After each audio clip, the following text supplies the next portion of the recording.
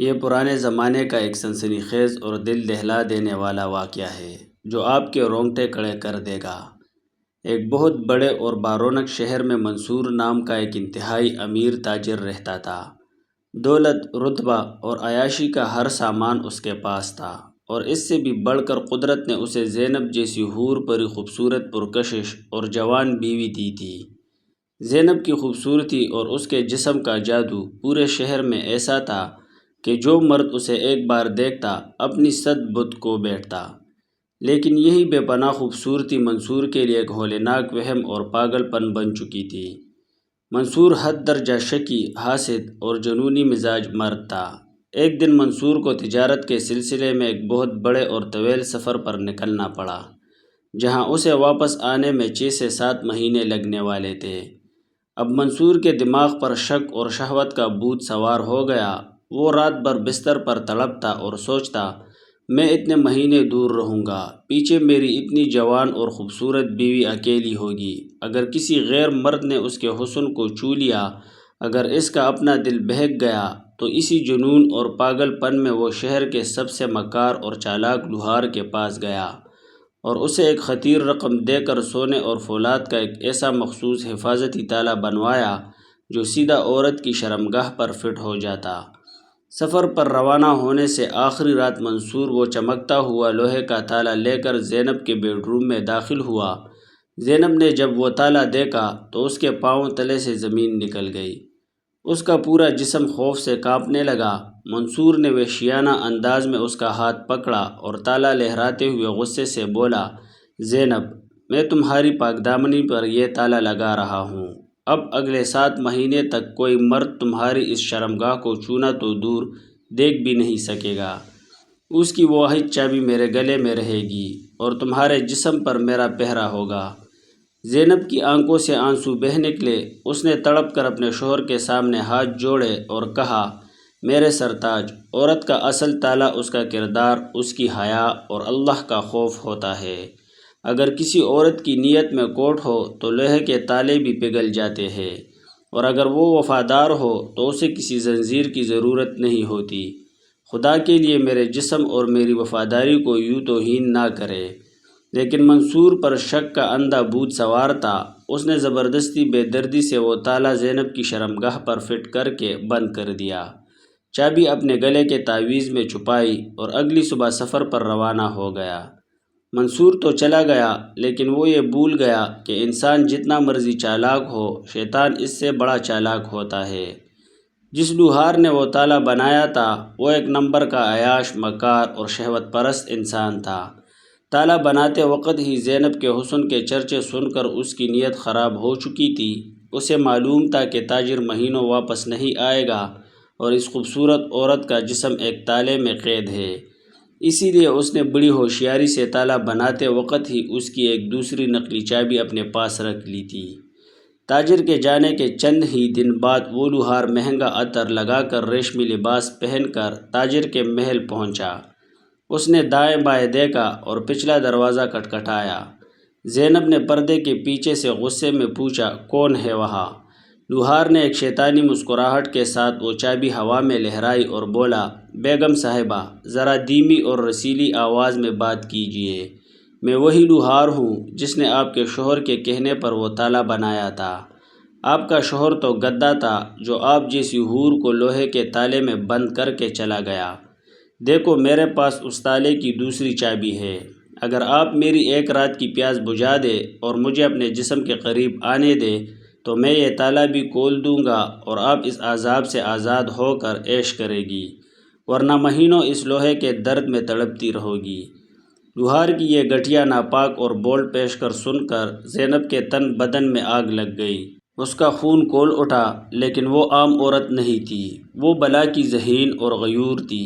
اس نے سوچا کہ اگر وہ ابھی چلائی تو لوہار بھاگ جائے گا اور پورے شہر میں اس کی شرمگاہ کے تالے کا تماشا بنے گا۔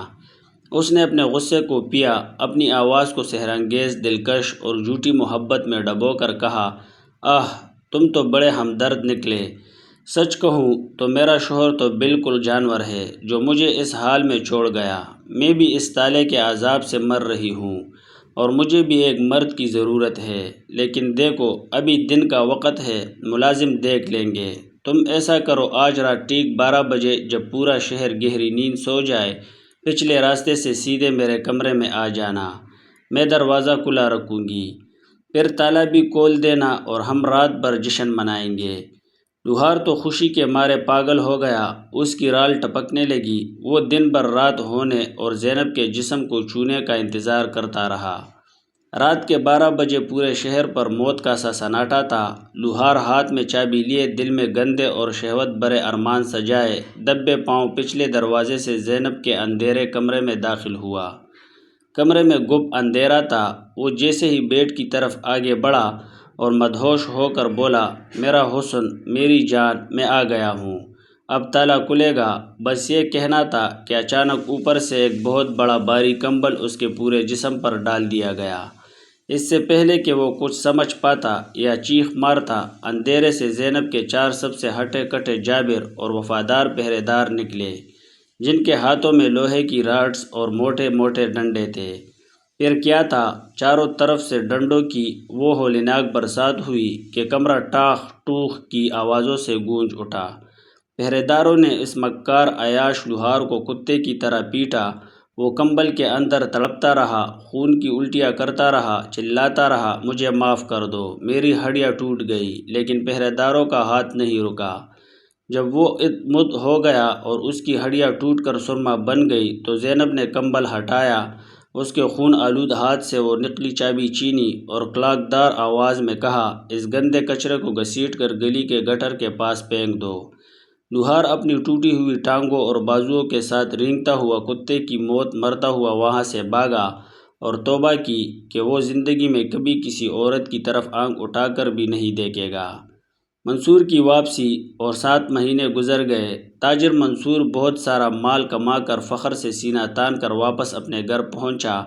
اس کے چہرے پر غرور تھا کہ اس کا تالا کامیاب رہا اور اس کی بیوی محفوظ ہے۔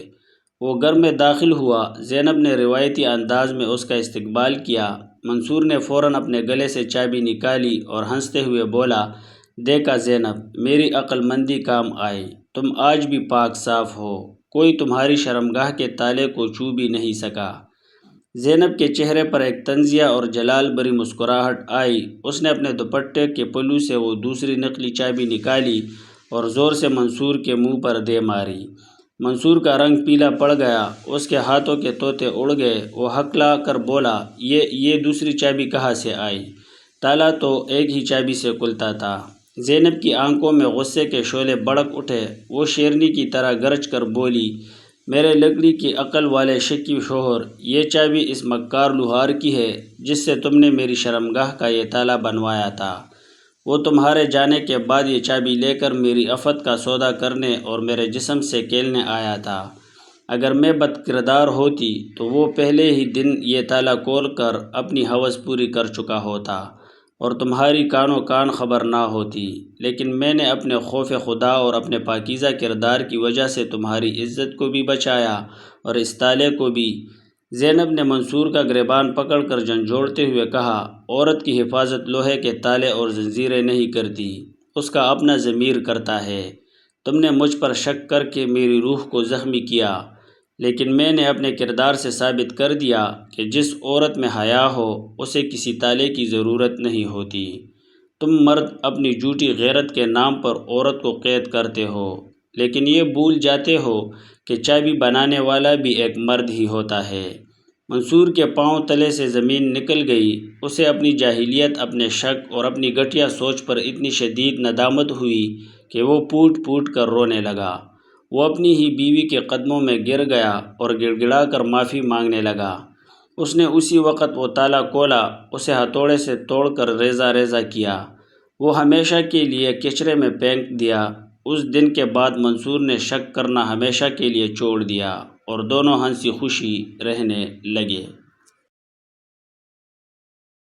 دوستو، یہ تھی ہماری آج کی سبق آموز کہانی۔ مزید ایسی ہی کہانیاں سننے کے لیے اسلامک اردو ورلڈ چینل کو سبسکرائب کریں۔ ملتے ہیں اگلی نئی ویڈیو میں، تب تک کے لیے خدا حافظ۔